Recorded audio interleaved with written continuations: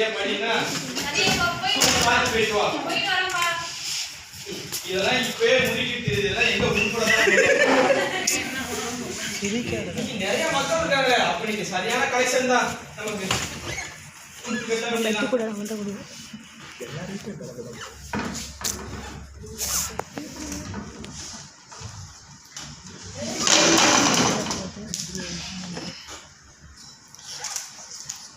வணக்கம் வணக்கம், நான் வாழும் பூமிக்கு வணக்கம். இருக்கோ இல்லையோ தெரியாது, ஒருவேளை இருந்தா சாமிக்கு வணக்கம். குத்த வச்சு கூத்து பார்க்கும் உங்களுக்கு வணக்கம். உச்சியிலே வந்து பார்க்கும் நிலாவுக்கும் வணக்கம். வணக்கம், நான் பறை கொட்ட தோறு தந்த மாட்டுக்கு தான் வணக்கம். வணக்கம் வணக்கம் வணக்கம்.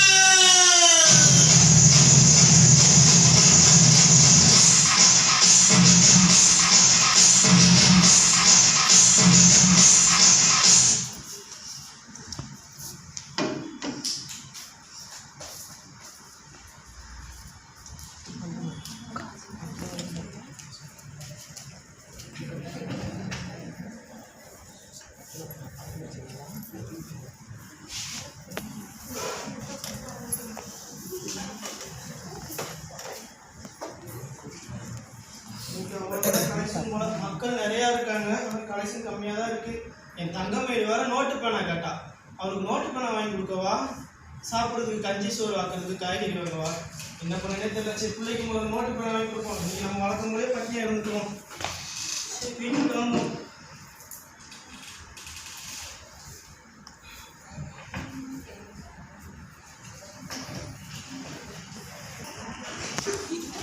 மாமனார்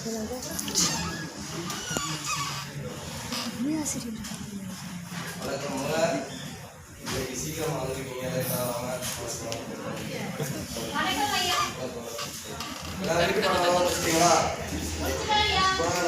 பார்ப்போம்.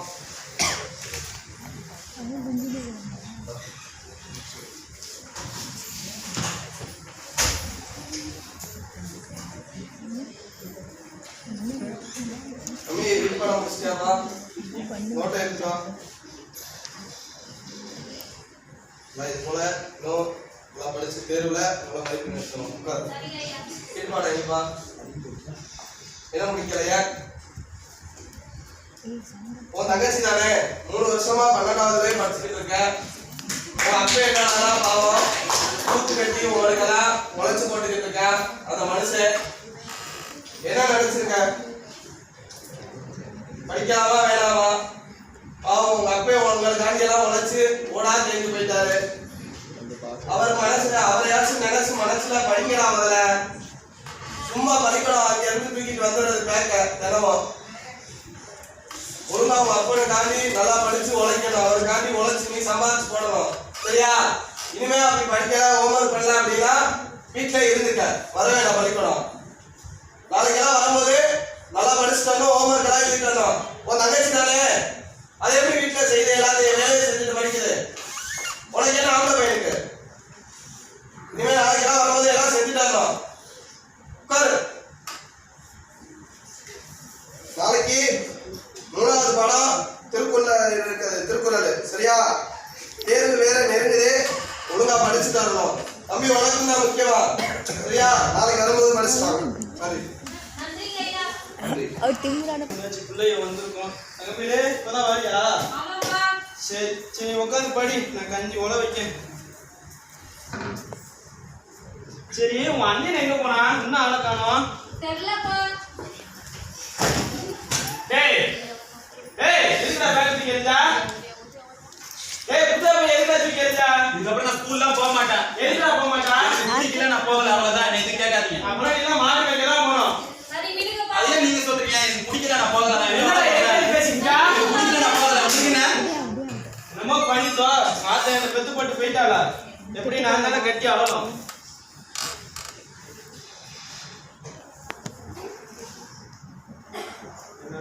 நான் பண்ண போறேன்னா தெரியல. சரி, நம்ம மறுபடியும் கூத்து கட்ட ஆரம்பிப்போம். கிளம்புவோம்.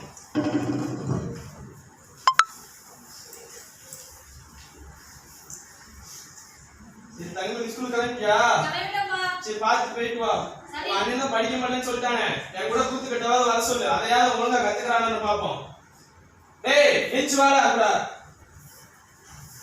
இதையாவது ஒழுங்கா தொழிலை கத்துக்கிட்டு முன்னேற பாரு. கூத்து கட்டணும், எல்லாம் எடுத்து வை.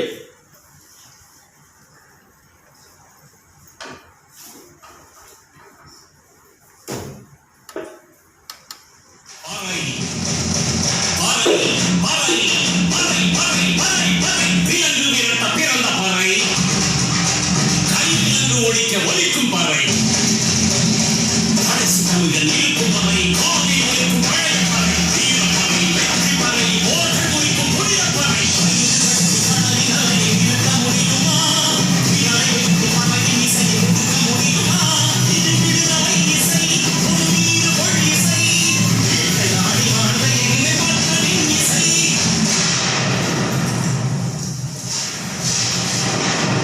என் பாட்டை முப்பாட்டனோட போய் சேர போறேன். இப்ப நான் மறுபடியும் அம்மா கற்பப்பையிலேயே படுத்துக்கிட்டேன். எல்லாரும் அம்மாவோட வயிற்றுக்குள்ள இருக்கிறப்ப தெரியாமே ஒரு இருட்டு. அது இப்ப எனக்கு தெரியுது. கதையாப்பா இருக்கு. நான் மறுபடியும் பிறந்து வருவேன்டா. பத்திரமா பார்த்துக்கங்க என் பறைய. ஏன் அப்பருக்கு ஆத்தாளுக்கும் தாண்டவ கோரே ஏன் தப்பு சத்தம் கேட்டிடுமா தாண்டவ கோரே.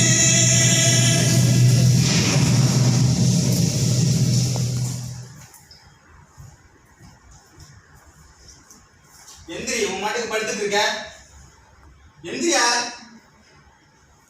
எந்திரிங்க. அப்பா, அப்பா, அப்பா எந்திரிப்பா. அப்பா, அப்பா எந்திரிப்பா. அப்பா, என்ன பண்ணுது? அப்பா, அப்பா எந்திரிப்பா. நான் என்ன பண்றதுனே தெரியல. நீங்க மட்டும் தனியா விட்டுட்டு போயிட்டீங்க. நானும் படிப்பு நிறுத்திட்டேன். என்ன பண்றதுனே தெரியலையே. அப்பா, அப்பா, அப்பா எந்திரிப்பா.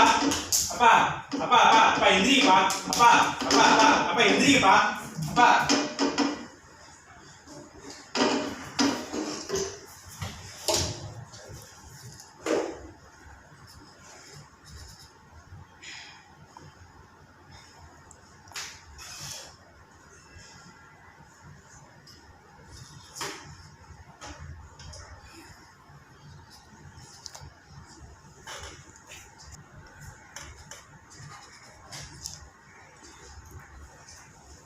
அனைவருக்கும் வணக்கம். நமது மாவட்ட அளவில் 12ஆம் வகுப்பில் முதல் மதிப்பெண் பெற்ற தங்கமயில் அவர்களுக்கு நமது மாவட்ட ஆட்சியர் அவர்கள் சிறப்பு விழா நடத்த உள்ளார். அதனால் இந்த விழாவிற்கு சிறப்பு விருந்தினராக வருகை புரிந்துள்ள நமது மாவட்ட ஆட்சியர் அவர்களை வருக வருக என்று வரவேற்கிறோம்.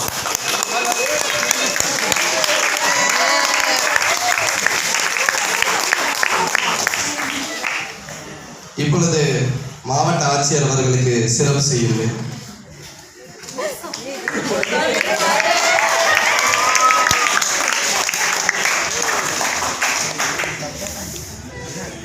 நமது மாவட்ட அளவில் முதல் மதிப்பெண் பெற்ற தங்கமயில் அவர்களுக்கு பரிசினையும் பரிசு தொகுப்பினையும் மாவட்ட ஆட்சியர் அவர்கள் வழங்குவார்கள். தங்கமயில் அவர்கள் மேடைக்கு வருமாறு.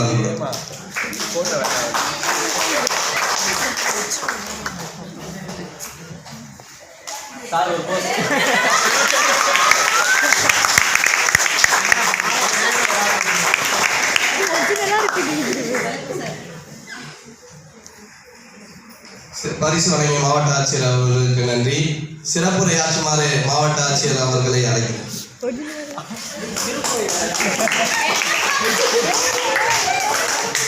அனைவருக்கும் வணக்கம்.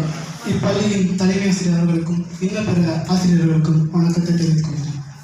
மாவட்ட அளவில் முதல் மதிப்பெண் பெற்ற மாணவி தங்கமயில் அவர்களுக்கு என்னுடைய வாழ்த்துக்களையும் பாராட்டுகளையும் தெரிவித்துக் கொள்கிறேன். இந்த மாவட்டத்தில் முதல் மதிப்பெண் பெற்ற மாணவி யாருன்னு சொல்லிட்டு சொன்னாங்க. சரி, அவங்க யார், அவங்க குடும்பம் என்ன, அவங்களோட பின்னணி என்ன அப்படின்னு சொல்லிட்டு கேட்டப்ப அவங்க வந்து ஒரு நிகழ்ச்சி கலைஞரோட மகள் தான் வந்து அப்படின்னு சொல்லிட்டு சொன்னாங்க. ஏன்னா நானும் அதோட ஒரு எப்படி சொல்லுன்னு தெரியல, அதோட வறுமையும் கொடுமையும் என்னன்னு சொல்லிட்டு எனக்கு நல்லா தெரியும். ஏன்னா அந்த மாதிரி ஒரு குடும்பத்தில் பின்னணியிலிருந்து வர்றது தான் நானும். ஒரு டாக்டரோட மகளோ ஒரு வக்கீலோட மகளோ வந்து ஒரு மாநிலத்தில் முதல் மதிப்பெண் எடுக்கிறதோ அல்லது ஒரு மாவட்டத்தில் முதல் மதிப்பெண் எடுக்கிறதோ பெரிய விஷயம் இல்லை. ஆனால் ஒரு நிகழ்ச்சி கலைஞரோட சாதாரண மக்கள்லேருந்து ஒருத்தவங்க வந்து முதல் மதிப்பெண் எடுக்கிறது அது ரொம்ப பெரிய விஷயம் இல்லை. அந்த மாதிரி ஒரு குடும்பத்திலேருந்து முதல் மதிப்பெண் எடுத்த தங்கமயில் என்ற மாணவிக்கு என்னுடைய மீண்டும் நன்றியும் பாராட்டையும் தெரிவித்துக் கொள்கிறேன். நன்றி, வணக்கம். சிறப்புரையாற்றிய மாவட்ட ஆட்சியர் அவர்களுக்கு நன்றி. முதல் மதிப்பெண் பெற்ற மாணவி தங்கமயில் அவர்கள் ஓரிரு வார்த்தைகள் பேசுவார்.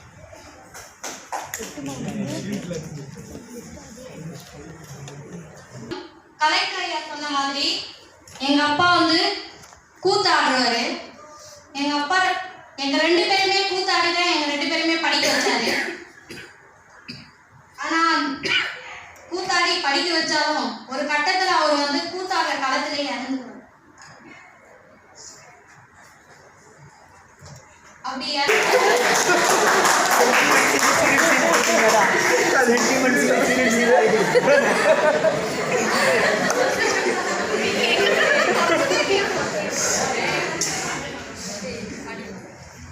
அதுக்கப்புறம் எங்க அண்ணனும் என்னை கூத்தாடி தான் படிக்க வச்சான்.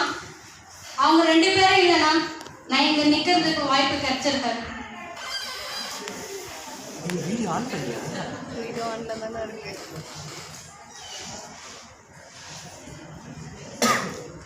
கூத்தாடுறதுக்காக நிறைய பேர் இருக்கிறாங்கல்ல, கலைஞர்களுக்கான அனைத்து அங்கீகாரத்துக்கும் நான் வந்து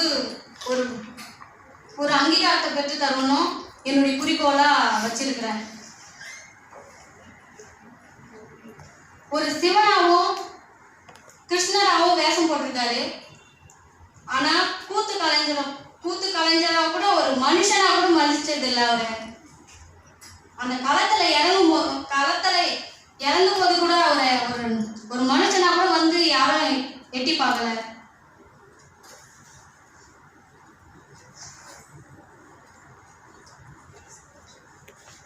கலைஞருக்காக கூத்தாடுறவங்க அனைவருக்காகவுமே அவங்களுக்கான ஒரு அங்கீகாரத்தை பெற்று தர அளவுக்கு நான் உயர்ந்து காட்டுவேன்.